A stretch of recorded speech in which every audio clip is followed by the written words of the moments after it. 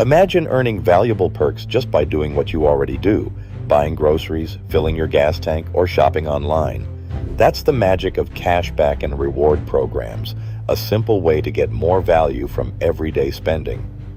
Here's how to make the most of them. First, research which cards or apps offer the best benefits tailored to your lifestyle.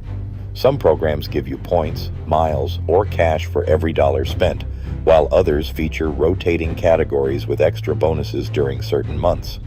Next, use these programs for your regular expenses, but only for purchases you'd make anyway to avoid unnecessary spending.